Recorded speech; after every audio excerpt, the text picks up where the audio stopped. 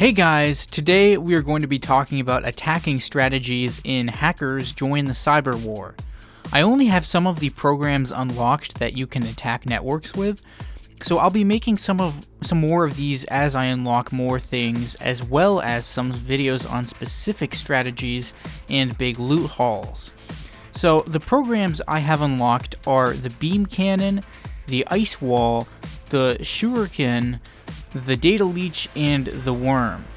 I'm certainly not the most advanced hacker at this point, but there are already several solid strategies that I've had for attacking networks.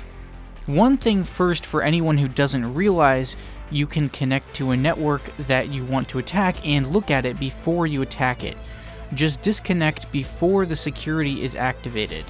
This allows you to decide what strategy you should use to attack the network based on the defenses.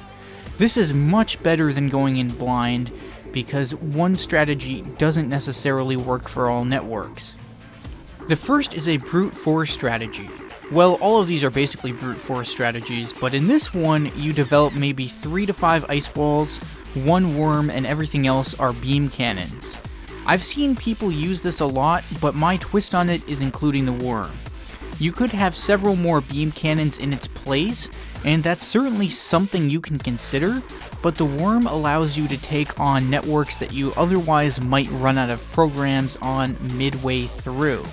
Basically, the worm allows you to extend the number of potential programs that you can attack the network with beyond the limit of what you can fit in your library. I've had solid success with this strategy so far, but it does require some careful maneuvers when attacking the network. This is a strategy where you have to actively pay attention to the situation. What I normally do is push my way into the first defensive node, usually with 2 beam cannons and an ice wall. When I have control of the defensive node, then I use 2 beam cannons, 1 ice wall, and the worm on that. Personally, I feel like the worm works well on networks with lots of connections, so that it has room to expand and multiply its numbers, but it can work in other situations too. The reason to put the worm on the defensive node rather than the first node you attack, which is usually not defensive if they have their base well set up, is because the defensive node has 4 slots and the regular one, such as a library node, only has 3. When you're trying to take over a defensive node from a node with 3 slots, I usually have an ice wall in 1 slot, which leaves the two others open. Putting a worm in one of those, I've found, sometimes leaves it not strong enough to take over the defensive node. Having 2 beam cannons seems to work a lot better, and then once you have 4 slots, you can use the extra one for the worm. So the purpose of the worm is just to provide extra support once you start running out of programs to attack with. This is mostly for more complex defensive networks. I usually spend most of my beam cannons and ice walls blitzing the defensive nodes, and then try to let the worms finish the rest of the network off. Sometimes this works really well, but it can backfire too. I've had some situations where the worms are just not strong enough to quickly capture the network by themselves in time, even though the rest of the hack was relatively successful. Obviously, there are some variations to this strategy. You could take out the worm and replace it with more beam cannons or another ice wall. Based on your library size, you just have to experiment to figure out where you are running out of a certain type of program that you could help you, and adjust your lineup accordingly. In general, when attacking well-defended networks, it's very key that you pay attention to where the network is fighting back during the attack, and prevent them from taking back over a node at all costs. The reason for this is because when a node is taken back over, you lose the programs that were in it, and that can make all the difference between you running out of programs to complete the hack.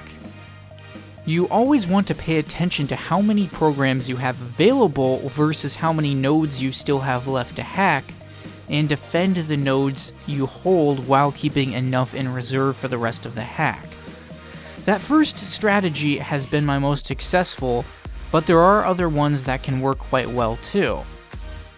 My strategy of blitzing the defensive nodes with beam cannons and ice walls, while effective with the worm, isn't necessarily the best option. You can also use shurikens with ice walls to take out clusters of defensive nodes potentially faster and more safely than with the beam cannons. I still like taking over the first defensive node with beam cannons because their strength makes up for only having 2 slots other than an ice wall on, this 3-slot node. Once on a defensive node, you could use 1 ice wall and 3 shurikens to quickly take over a group of defensive nodes before they have time to fight back, as they would if you took them over one by one. Data leeches can be useful, but personally I really don't like them that much because I feel like they're assuming that you can't gain full control of the network and are more for like a blitz the core and other things, and steal stuff, I guess, before the defensive nodes can take them back over. I'd rather just take over the defensive nodes, but I guess it can work well for a base with a ton of loot that you want to grab, or if you are concerned about a network defense being too strong and want a safety net in case you just have to blitz the core so you can still get the reputation points. If the loot is really good, data leeches can be a sneaky way to get a big payday.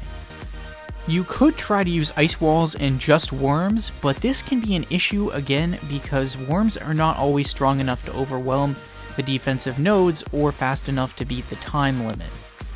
Blitzing the defensive nodes is also popular because you're under a time limit again, and the time limit versus how strong the defensive nodes are is often what dictates what combination of programs you would use. Against strong opponents, worms often just take too long, for example, and are not strong enough to take over networks by themselves. I still believe they can be useful for situations where you run out of programs in the middle of a hack, but are really close to winning. Defensive nodes are almost always the priority during an attack because they are what fight back and resist you. I guess the exception to this would be if you have to get to the core quickly and download it, the path of least resistance might be preferable. I hope this guide helped for people who are lacking ideas on how to go about effectively hacking, especially as a newer player going against, complex and well-defended networks. You need a clear strategy so you don't waste programs early in the hack. Thanks for watching, guys, and I hope you found something useful.